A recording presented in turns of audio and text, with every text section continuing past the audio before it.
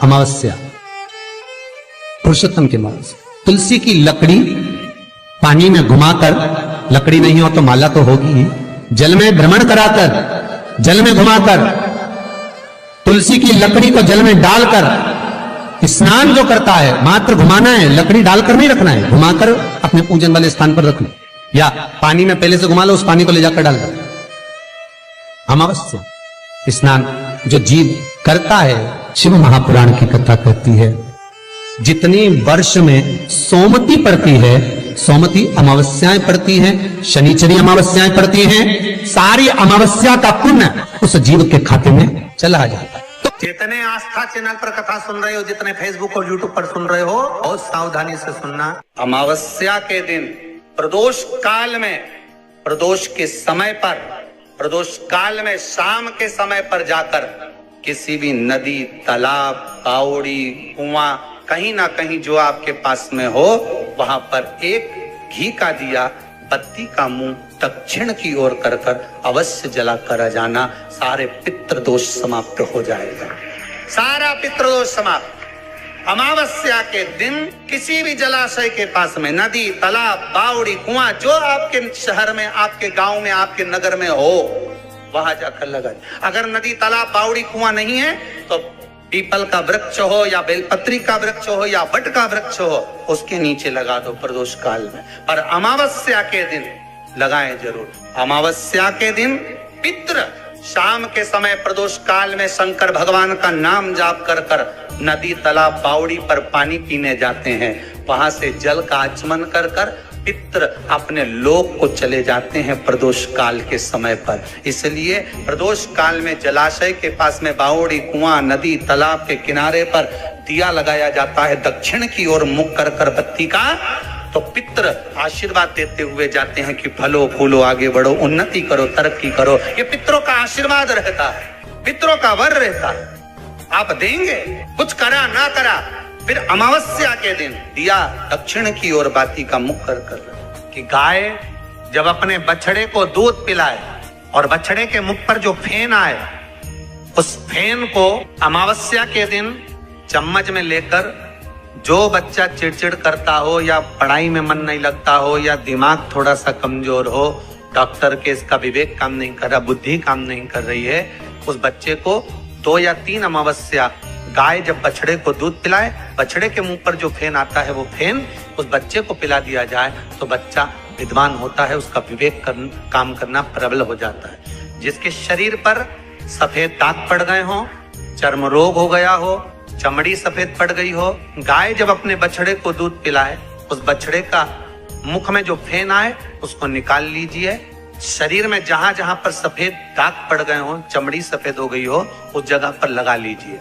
कम से कम आधा घंटा बैठ जाइए, और बैठने के बाद में, उसके बाद में फिर स्नान कर लीजिए। उस फेन का प्रयोग कर देखिए, चमड़ी अपने असली रंग में आना प्रारंभ हो जाती है। जहां पर पति और पत्नी के संबंध बेकार हो जाते हैं, विवाद हो जाता है, अदालत में बात पहुंच जाती है, परिवार वालों पर दहेज का केस चालू हो जाता है, कहीं ना कहीं किसी ना किसी रूप में कार्रवाई चालू हो जाती है, पति पत्नी में वापिस प्रेम को बढ़ाया जाए। उस प्रेम को बढ़ाने के लिए शंकर भगवान का कनेर के पुष्प की माला, काय के पुष्प की, कनेर का वो पीला जो फूल होता है, आप टीवी पर दर्शन कर रहे होंगे, कनेर के पुष्प की माला, जो ऊपर जलाधारी लगी है, जिस जलाधारी में से बूंद बूंद पानी गिरता है, ये शंकर भगवान की 5 बेटियों का स्थान है। कौन कौन सी बेटी नाम ले? जया, विषहरा, श्यामली बारी, दौतली और 5वें नंबर की देव। ये शिव जी की 5 लड़की है जो पानी बूंद बूंद नीचे गिरा रही है।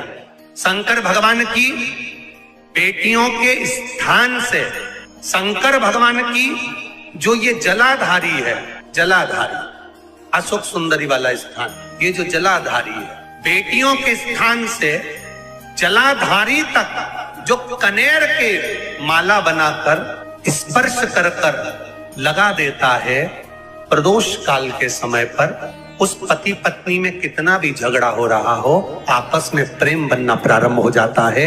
अदालत का केस धीरे धीरे समाप्त हो गया, अदालती कार्रवाई। यहां तक कहा गया कनेर का पुष्प भाई भाई में विवाद हो रहा हो, जमीन के लिए विवाद हो रहा हो, किसी प्रॉपर्टी के लिए विवाद हो रहा हो, या किसी अन्य विवाद में पड़े हुए हो, या तुम्हारे दुश्मन बढ़ रहे हो, तो भी कनेर का पुष्प शिव को समर्पित किया जाए। जो हनुमान जी महाराज को 3 तरह की माला समर्पित होती है। एक आकड़े के पत्ते की, दूसरी बेलपत्र के पत्ते की, तीसरी पीपल के पत्ते की। ये 3 तरह की माला जब शंकर हनुमान जी महाराज को समर्पित होती है, जिस समय पर अगर व्यक्ति के जीवन में बहुत भारी रोग हो गया है, बहुत ज्यादा कष्ट हो गया है, कैंसर जैसी बीमारी भी अगर उसको घेर ली है और किडनी लीवर सब बेकार हो गया, तो निवेदन है पीपल के पत्ते की माला बनवाओ, 108 पत्ते की, और हनुमान चालीसा का हर पत्ते पर स्मरण करिए महाराज। आप हनुमान चालीसा पढ़ते जाओ, माला में गांठ लगाते जाइए, और वो माला जो व्यक्ति कैंसर से पीड़ित है, हाथ का स्पर्श कराइए और शंकर को चढ़ाइए। अपने आप दवाई लगना प्रारंभ होगी, कैंसर जैसा रोग भी धीरे धीरे समाप्ति पर आएगा। कोई बच्चा एग्जाम में बैठ रहा है, सीए की पढ़ाई कर रहा है, कोई बहुत बड़े एग्जाम में बैठा, पास हो ही नहीं रहा, बहुत हार गया, बेलपत्र की माला चढ़ाओ। आप बेलपत्र की माला चढ़ाओ, 108 बेलपत्र, आप श्री शिवाय नमस्तुभ्यम मंत्र का जाप कर गांठ लगाकर भगवान श्री हनुमान जी महाराज के सामने पहुंचकर माला को सीधी रखकर, जो व्यक्ति एग्जाम में बैठ रहा है, नौकरी के लिए, अन्य पढ़ाई के लिए, अगर कंपटीशन एग्जाम में भी बैठ रहा है, तो माला को हनुमान जी महाराज, और हनुमान जी कौन से होना चाहिए? पूर्वमुखी। हनुमान दक्षिण मुखी नहीं चाहिए, पूर्व में जिन हनुमान जी का मुख हो वो माला ऐसी समर्पित कर हनुमान चालीसा का पाठ कर 3 बार स्मरण कर माला श्री हनुमान जी को पहना दीजिए। ऐसा कोई एग्जाम नहीं जिसमें से आप निकल ना पाए, पर करना आपको पड़ेगा भगवान, और प्रयास जहां तक हो सके प्रदोष काल में अगर चढ़ाएंगे तो ज्यादा फलदायी रहेगा, प्रदोष काल में। तीसरी है आंकड़े की माला।